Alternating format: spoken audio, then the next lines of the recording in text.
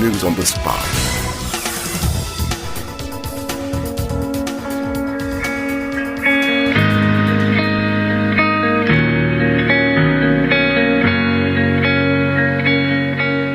Bulan Juni sampai Juli 2021 merupakan rentang waktu yang berat bagi warga Surabaya. Di saat itulah gelombang kedua pandemi COVID-19 menghantam di hampir semua wilayah Indonesia. Tingkat keterisian tempat tidur pasien yang dimiliki rumah sakit di Surabaya antara 80 sampai 98%, yang artinya rumah sakit tidak mampu lagi menampung banyaknya jumlah orang yang sakit.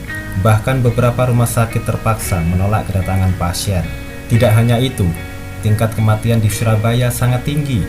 Jumlah rata-rata kematian kala itu puluhan orang setiap hari. Satgas COVID-19 Pemerintah Provinsi Jawa Timur pada 20 Juni 2021 menyebut jumlah kematian di Surabaya mencapai 1.382 jiwa, sehingga menjadikannya tertinggi secara nasional.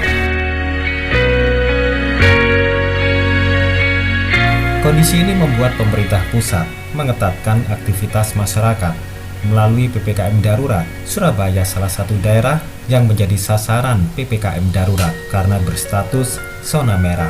Kebijakan ini membuat pergerakan ekonomi di Surabaya lumpuh. Seluruh pusat perbelanjaan, tempat wisata, restoran, sampai warung kopi tidak beraktivitas karena dikhawatirkan menimbulkan kerumunan yang memicu resiko penularan COVID-19. Pemerintah pusat, pemerintah Provinsi Jawa Timur, dan Pemkot Surabaya bersama masyarakat bekerja keras menanggulangi pandemi gelombang kedua tersebut. Hasilnya, pandemi gelombang kedua mulai reda seiring dengan menurunnya jumlah keterisian tempat tidur pasien di Surabaya.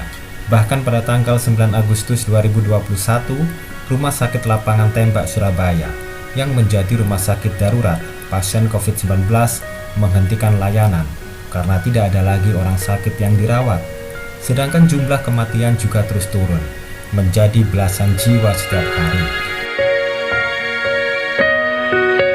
Pemerintah pusat kemudian menerapkan kebijakan mengganti PPKM darurat dengan PPKM level 1 sampai 4 kepada daerah, tergantung tingkat resiko penularan. Berdasarkan asesmen Kementerian Kesehatan, Surabaya dinyatakan sebagai daerah level 1 menyusul rendahnya resiko penularan COVID-19 pada 29 September 2021. Dengan kondisi itu, pembatasan kegiatan masyarakat bisa mulai dilonggarkan. Kondisi ini disambut gembira oleh warga Surabaya yang berharap ekonomi mulai bergerak. Dari mana mulai menggerakkan ekonomi di Surabaya pasca PPKM darurat dan PPKM level 4? Anggota Komisi B DPRD Kota Surabaya, John Tamrun, mengatakan sektor UKM dan UMKM harus dibangkitkan, termasuk pasar tradisional. Ya, kalau kami lebih menyoroti kepada UKM dan UMKM. Ya, itu harus dibangkitkan. Kemudian keberadaan pasar-pasar ini juga harus dibangkitkan semua.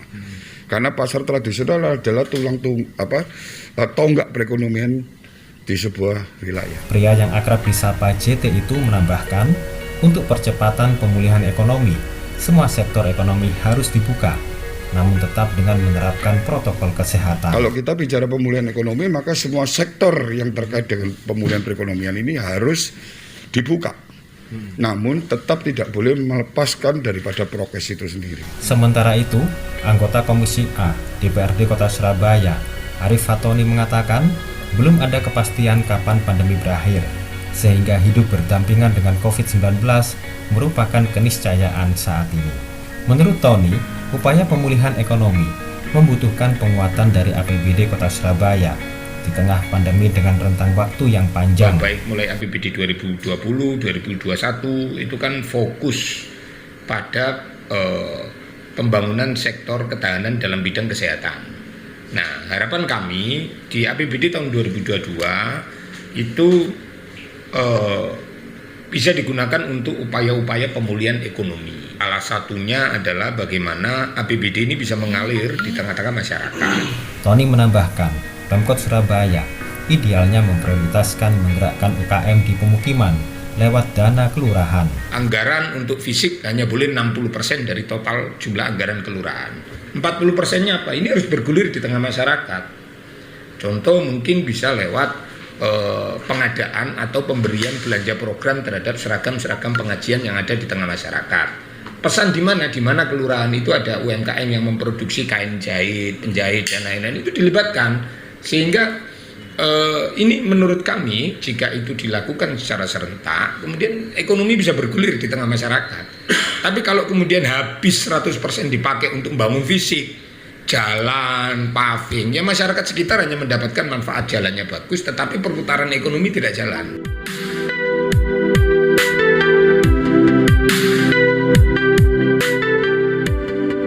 Pemulihan ekonomi sekarang menjadi prioritas Wali Kota Surabaya, Edi Cahyadi.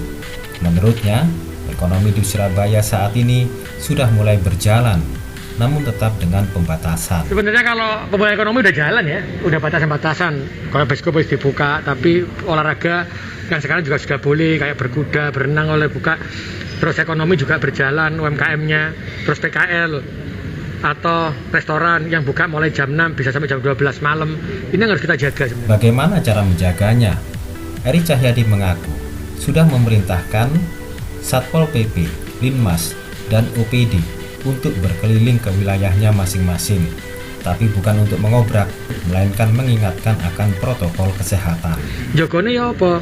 Teman-teman Satpol sama teman-teman Linmas sama teman-teman OPD itu saya bagi grup termasuk ketua kecamatan untuk keliling ke tempat-tempat tadi. Tidak untuk ngobrak, tapi memberikan ilmunya bagaimana tetap gaya masker satu. Yang kedua, waktu makan dijogoi jaraknya. Jadi hadirnya pemerintah di sana. Gak ngobrak toh, tapi kudu ngei solusi. Solusi ini apa? Ekonominya bergerak gimana? Itu yang kita lakukan. Sehingga insya Allah dengan model yang begini, masyarakat itu akan mengerti dan mendengar dan menjalankan sendiri. Karena boleh COVID-nya naik, maka di dirukira ditutup kan masyarakatnya sendiri. Jadi nanti kita kasih tahu, wis jogon ya, lek sampai nang kene ono klaster tak bubarno. Nah, ini yang saya selalu sampaikan ke teman-teman OPD untuk selalu menarik orang itu untuk bekerja dengan hati. Edi Cahyadi mengatakan sektor kuliner perlu mendapatkan sentuhan untuk menggeliatkan ekonomi di masa pandemi.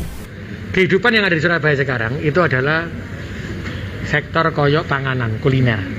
Kalau kita mau lihat masih banyak loh yang sentra PKL, masih banyak yang memang berjualan di bidang makanan, yang UKM. Ini makanya kita sentuh dulu adalah yang di kuliner yang memang teman-teman yang ada di lokasi jalan-jalan tadi sama yang ada di UMKM-UMKM yang kita lihat. Edi juga mengingatkan masyarakat supaya tidak euforia dengan adanya pelonggaran, tetap menjalankan protokol kesehatan.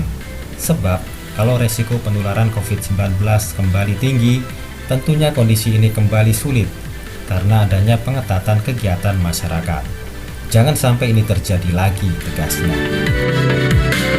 Pelonggaran kegiatan masyarakat yang diikuti sektor ekonomi disambut gembira oleh sejumlah pengusaha UKM dan UMKM di Surabaya.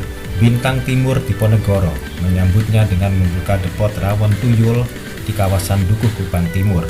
Menurutnya, di masa pandemi tidak perlu mengeluh. Di masa pandemi seperti ini, kalau kita semakin mengeluh, malah kita nggak bisa berkarya. Betul.